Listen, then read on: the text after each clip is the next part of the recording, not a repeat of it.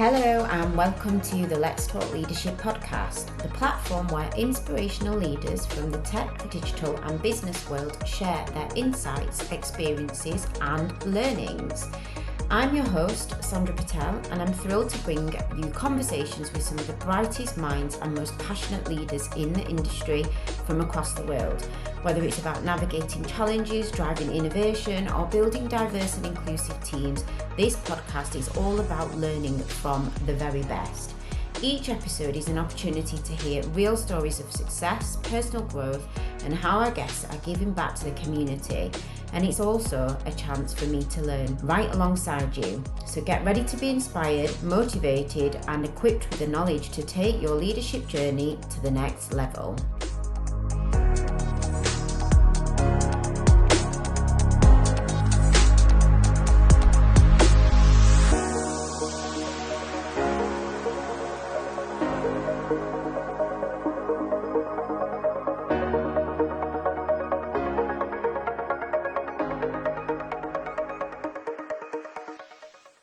Hello and welcome to the Let's Talk Leadership podcast, the Culture Edit. So today we are with us in the studio, we have Brittney Harrell. Hopefully I've pronounced the surname correctly, but correct me if I'm wrong. And Brittney is a DE&I leader, is head of information security, a keynote speaker in the past of a business called Nabla. And Nabla is a leading AI assistant reducing practitioner stress and improving patient care, but I will let Brittney tell you more about that very, very soon. So today, our aim is to really explore your background, Brittney. We've had an initial chat previously. I found you very interesting, and I would love to delve into your journey and your experiences in more detail and really share that with our community and talk about how you talk about your early beginnings to becoming a respected leader in the tech world. Hopefully our conversation today will delve into your experiences as an LGBTQ leader, an advocate, shedding light on into integration of diversity, equity and inclusion within leadership and company culture. But enough of me and on to you. So very nice to see you again. How are you today? I'm very good. Thank you for the very wonderful intro. Good. No problems. I'm sure you'll do better yourself soon. So to start with, it'd be great if you could just share a little bit around your journey from the beginning, how you got into tech, and how you kind of started from the bottom, you've worked your way up, and what key experiences has really shaped your path along the way. Yeah, I had a very untraditional path into security, which I think is pretty common. I actually started my career in the administrative space, so I was the executive assistant to a CEO at a large healthcare carrier, and then went a little bit more into the sales and account management world in terms of like operations and project management and client-facing duties. I love people that come from untraditional backgrounds like myself because I was in these areas, like working for a CEO, I was able to see different aspects of business, and that is very important for security. I say that because the way that you market your brand and how you have conversations with your clients and what they want to look for all actually does play into security. And because I had that past, I've brought it into tech with me. How I landed in tech, though, is at my organization, I was working in the client management space. The leader at the time was the leader of IT, who I had a very good relationship with. We were in the same office together. We would just kind of chat. And he said, listen, I need a project manager for our first-time high trust certification. I knew nothing about high trust or security certifications, audits, nothing. And I said, yeah, let's do it. Because I always like things that are new for me. Yeah. And almost immediately I fell in love, which is very surprising because most people would not fall in love with an audit, but I did. So learning the ins and outs of our technology and how to get them compliant with best practices, I found a passion for it. and I actually went back to school for cybersecurity and got my degree. Fantastic. That is how I landed in tech, and then I kind of worked my way up, like you mentioned.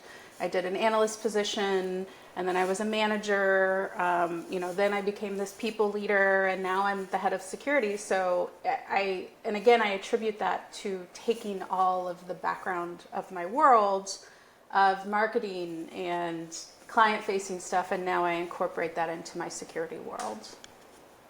Fantastic. That's really impressive. And I agree. There's so many people that kind of end up in tech via a similar route that you've taken, which is really interesting. And I think it just kind of goes to show how many opportunities there are out there for similar people from different backgrounds to move into tech, which can seem quite, on the outside, seem quite daunting for some people, and unreachable, but it absolutely is. So that's fantastic. And what do you feel kind of challenged you along that journey? Like, what key challenges did you have to overcome that have really kind of helped shape to get you to where you are today? Yeah, I think one is I just didn't have a lot of experience in the certification and audit world. I didn't have some of those tech backgrounds, like, how to configure servers, which was a part of the high trust certification. So that was a challenge for me. Getting up to speed with that at the time was hard. Now there's a lot of resources, a lot of free education, but at the time, and I'm not trying to age myself here, there really wasn't. And so I had to do a lot of YouTubing. And so that was one. The other one, which is going to come into play of what we talk about, is I was female. That is almost unheard of in tech, and especially in security. I was, however, very lucky to have a mentor in that IT leader I spoke about. So he brought me along. He sat with me and taught me a lot of these IT spaces about, development and coding. And so he is who I attribute really to that. And I also think that that's still a really big path for a lot of people that want to get into tech, is to find a mentor. Fantastic, absolutely. Mentor is, and there's lots of people out there that are happy and willing to mentor, which is great, and it's interesting to learn and understand that that's kind of what's guided you and shaped you to get to where you are today. Fantastic. And as we spoke about before, you obviously very passionate DEI leader. How over the years have you integrated these principles into your leadership style, your teams and your company culture, and what would you say, sorry, I appreciate I'm asking you two questions now, what would you say has worked well and hasn't worked well for you?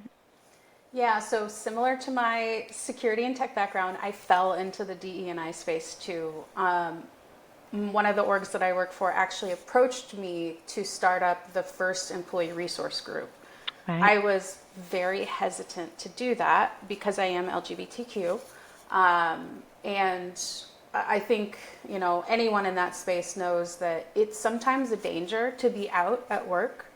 And that was what I was afraid of. I actually turned them down the first time, and then I thought about it for about 6 months, and I decided to do it.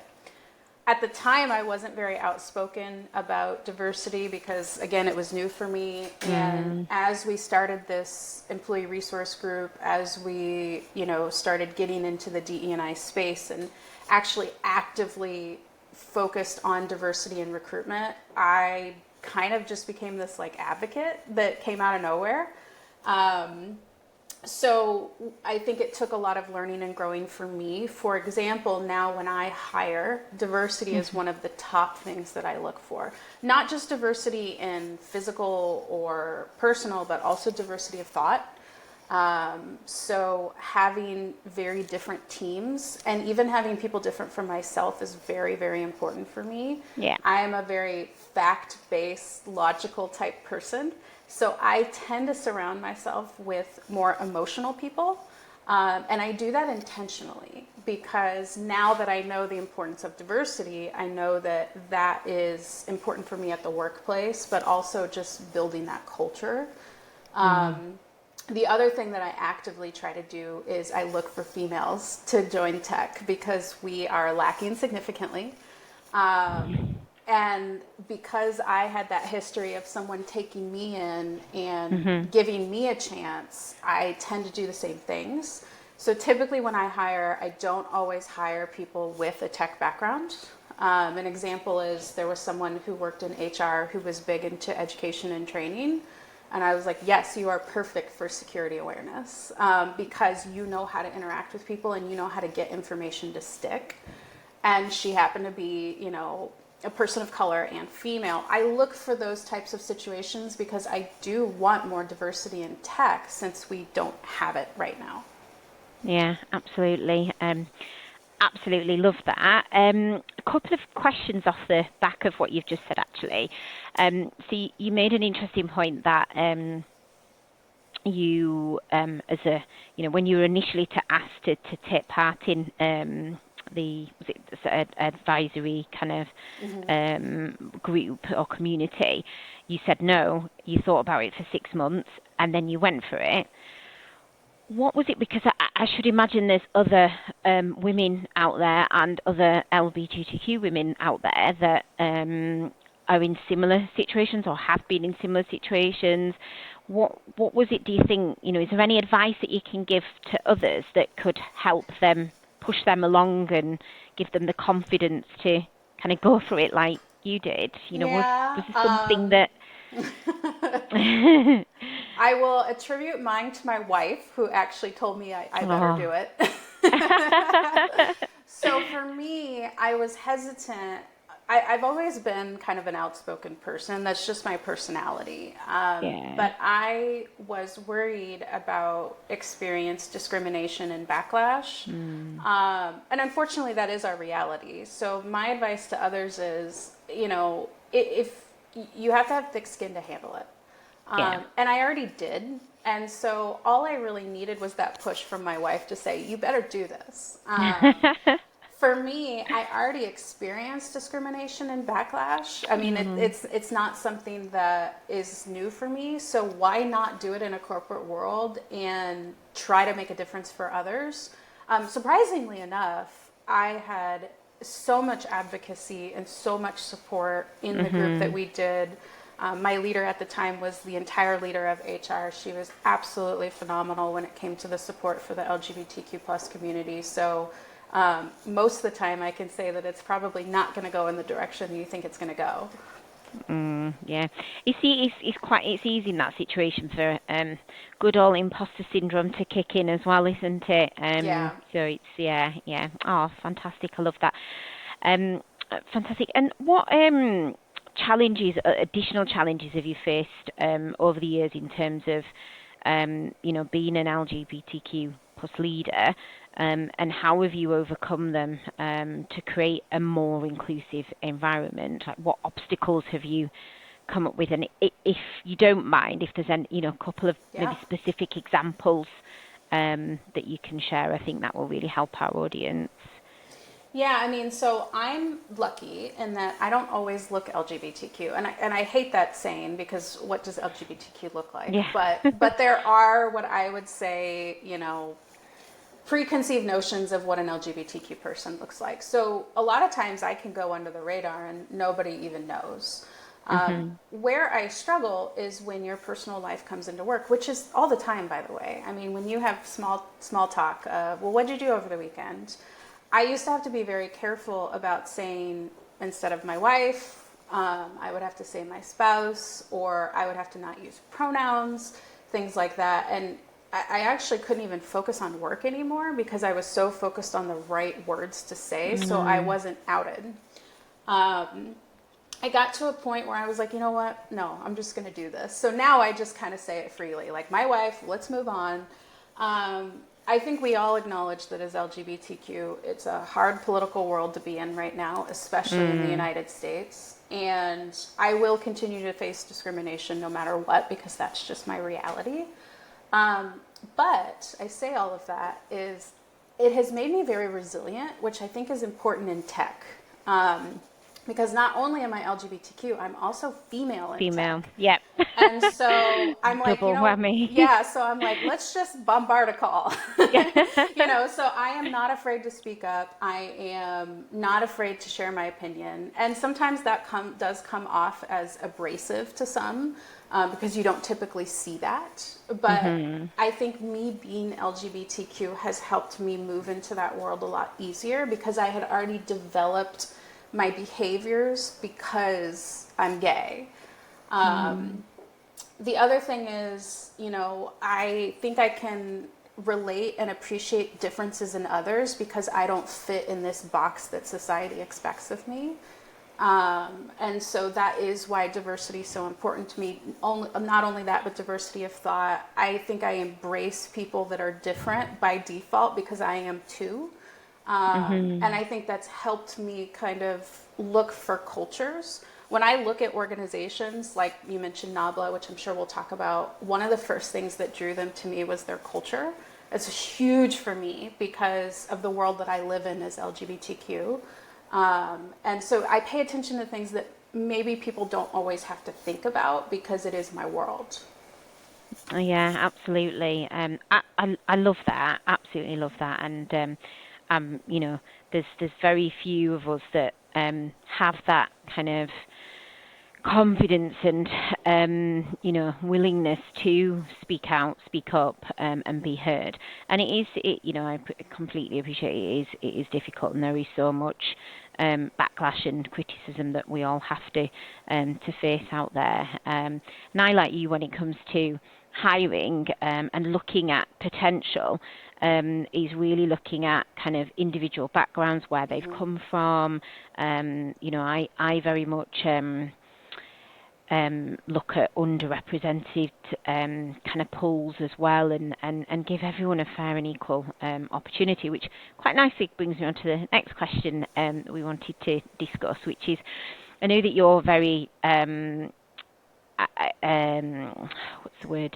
very passionate about representing underrepresented groups, looking at how they can advance their careers in tech. Obviously, given your background in your entry into tech as well, it's all very relatable. What advice would you give to aspiring leaders from those groups? Like, what different things could they be doing would work in their favour and their advantage towards really advancing their careers? Yeah, so this is my sales background coming out. Networking is everything. So security, and not just security, it's really any industry.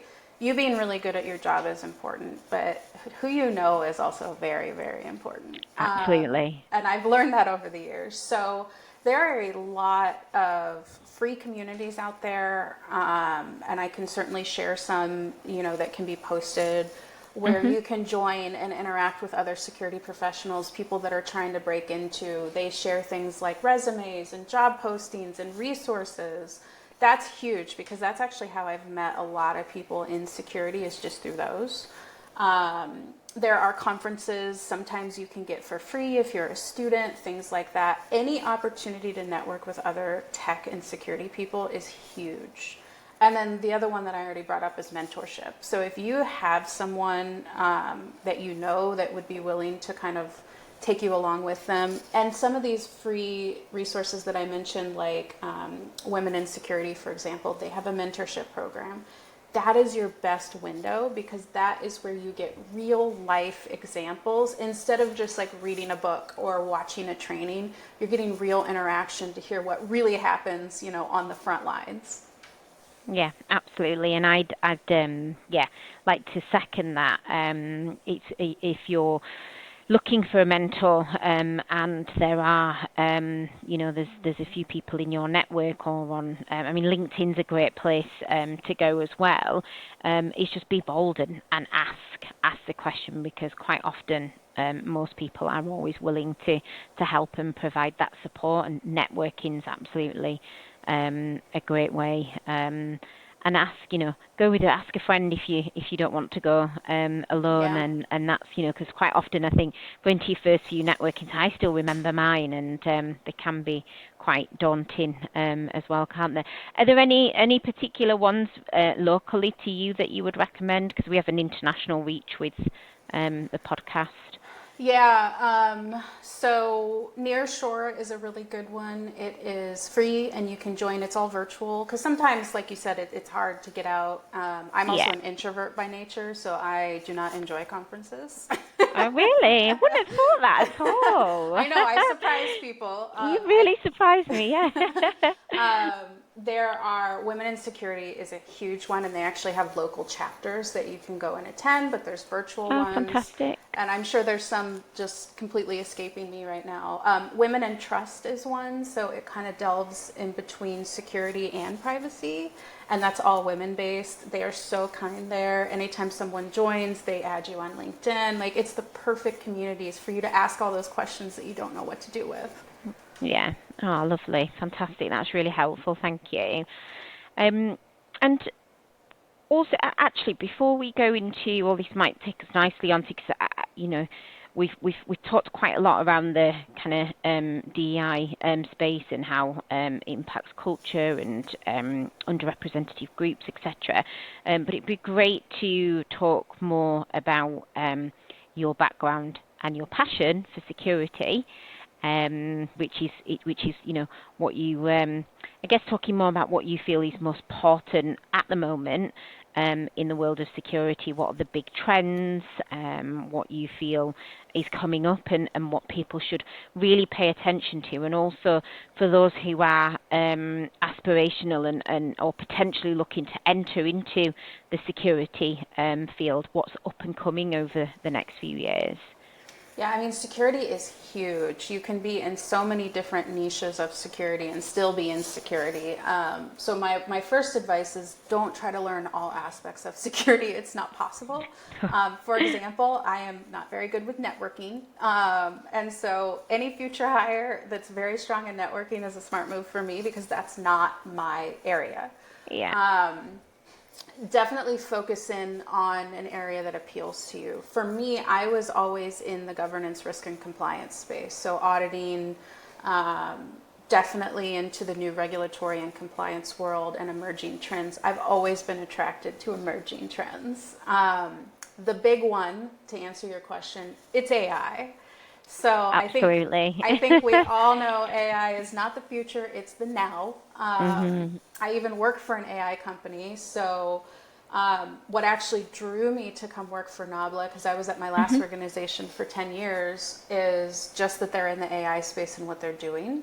So they're an ambient AI. Essentially, they do transcriptions and clinical notes between a physician and a patient. It sounds so small. But it's life-changing for these physicians who really just drown in administrative burdens, and they don't even feel like they're a clinician anymore. Like, what they actually got into was to help patients. They can't do because they're just doing notes and follow-ups. AI has kind of transformed that. AI is going to transform a lot, especially in security, and it already has. I mean, we use AI now to look for email threats, when before I would have to scan emails for 2 hours a day. Now I can focus on other things. I say this all, as a security professional, AI also scares me. So I think it scares all of us. It does, yeah. Mostly because of the unknowns. We don't know what AI can become. And that's where I think we need to be careful of what we use AI for and what we don't. But I am just the type of person that I do embrace new technologies and new trends, and I think AI is absolutely huge. On the flip side, and I'm going to give kind of a contradictory answer, keeping the human element in security is still really, really important.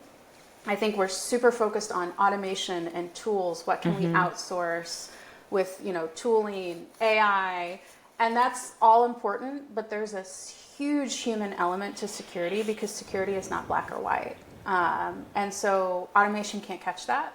For me, and this is going to sound so menial, but security education is huge. And not just the like, here, let me throw a phishing campaign at you like once a year and teach you not what to click on. I mean, telling the whys of security. So when non-technical people and non-security people understand why security is important and not just checking a box, if they understand what the smart technology in their home can do or why MFA is important, I think that then collectively gives them a sense of belonging and taking security very seriously. And I think that is a huge space that we can do better in. Yeah, absolutely. It's really interesting to hear more about Nabla as well. And like you say, it sounds like such a small thing within within the industry, within the healthcare industry. It does, but I can complete, because I've actually recently, maybe 2 or 3 months. So I started embracing some automation and AI tools, and I've started using a call recorder, and it's absolutely transformed my life for the last couple of months. And I can completely understand and empathise how much kind of admin and pain that's taken away from the clinicians and practitioners, etc. What when we spoke, I think you'd literally only just started with Nabla, hadn't you? Yes. You had not been there for very long, and I feel like maybe it's been a couple of months since then. Could have been longer. It's been one of those. It's been the summer. The kids have been off school, and it's been it's been a bit hectic. How have you found your journey there so far, and any kind of, I guess, challenges or obstacles that you've overcome that you feel is worth kind of sharing, that may add some value or insight? Yeah, I mean, it's been absolutely wonderful. Like I mentioned, I look very closely at culture, so I'm very selective. And that's a good thing, because they've been absolutely amazing and embraced me. I think the challenges are more just in the AI space. So there's all these regulations coming out that we can't predict. We don't know what's going to happen. There's other areas that AI can move into. Like, for example, I just saw this article around AI can now find early traces of breast cancer in images before it even shows breast cancer, which is phenomenal. But what does that mean when you're starting to like diagnose people in advance? I mean, it gets tricky. And so a lot of the challenges for me are just staying up to date with like the constant changes of AI, which is literally every hour. So not only trying to do my security job, but just keep up with everything. And then the other challenges is, because AI is so big, it's a crowded market. I mean, the AI is the new thing. That's what everybody's opening companies in. It is. It's so crowded now. I can't believe it. There's new companies popping up every day. Yeah, so I mean, my philosophy, and this is where the human element comes in, is we can create all kinds of AI, and I think it's so good. But your customer service and how you treat your clients is what is going to put you on top in such a crowded market. And so also, and I say that from a security perspective, because I sit on a lot of client calls where they won't even sign with us until they know about security, because it's a selling piece. Or they want very specific diagrams that don't exist that I have to go make. And all of that is part of the sales cycle, and all of that matters. So I'm definitely I'm definitely still in the tech security space, but I'm slightly delving into the sales space now too. Yeah. And so that, it hasn't been a challenge, but it's just been different from what I'm used to. I suppose it goes back to your earlier roots as well, though, doesn't it? So but it's still, it can feel like a bit of a learning curve, can't it? But it's always good to keep learning as well, isn't it? Yeah, I do not envy salespeople, though. I would never want to do that ever again. No, it's a tough. I've been doing it for 22 years. It's a tough job. Fantastic. And what, before we finish up soon, what other kind of, I guess, nuggets or bits of advice would you like to share or give to other female, female, just female or LGBTQ leaders that would like to follow in your footsteps and become kind of more involved in speaking and I guess sharing their journeys and getting their story out there? Yeah, I mean, my best advice is just embrace your differences. I think a lot of times when we're in cultures or societies that are considered different, we kind of suppress that. And I did it too, but I've now learned that being outspoken about my background, like on my LinkedIn, I have a rainbow flag, which is pretty evident what that means. Yeah. That actually sets me apart now. So I stand out because I am considered different. And I think also people are going, what's that? So the best way to kind of get your name out there is to kind of embrace those differences, not just from a diversity perspective, but let's say you came from a non-traditional tech background. Use that to your benefit. So if you come from sales like me, use that as a part of your story, because that is what sets me apart. And that is kind of how I ended up in my career journey, because they wanted someone with experience, having conversations with clients. And then again, my other advice is just find those networks, because those are the people that are really going to get those connections for you and kind of push you along and kind of challenge you too. Because there are times when I didn't want to do things. And, my network was like, you need to do this. So... Absolutely agree. Fantastic. Some really valuable insights there. And I really appreciate your authenticity, being really open and transparent and sharing with our community and listeners. So really, really appreciate that. Thank you very much for your time today. Is there anything else that you'd like to add, or any kind of anything else, any useful tips or references, books, articles, anything that you want to mention? Yeah, I mean, thank you so much for having me. I love being able to share my story and kind of hopefully influence the future of more tech female LGBTQ leaders. I'll just say, if you want to find me on LinkedIn, I can share that. Again, we talked about mentors. If anyone needs advice, absolutely reach out, or book recommendations, podcast recommendations. I would love that. Yeah. Oh, brilliant. That's great. Thank you for that. That's brilliant. And I'm sure when we release this podcast, you will have absolutely inspired others. And I look forward to hearing about it as well, and the success stories. Fantastic. Brilliant. Well, thanks again. I'm really pleased to hear that things are going well, and it absolutely sounds like you've made the best choice for you, having been with your previous company for some time. It's always quite, it's difficult making that choice and that shift, isn't it? And you never know which way things are going to go. So I'm really pleased for you from that perspective. And thanks again for sharing all your useful insights and your journey with us. Thank you so much. No problem. Thank you. Take care. Bye. Thank you for tuning in to this episode of Let's Talk Leadership podcast. I hope you found it as insightful and inspiring as I did. A huge thank you to our guests for sharing their experiences and wisdom. If you enjoyed today's episode, don't forget to subscribe, leave a review, and share it with your network. It really helps us reach out to more leaders like you.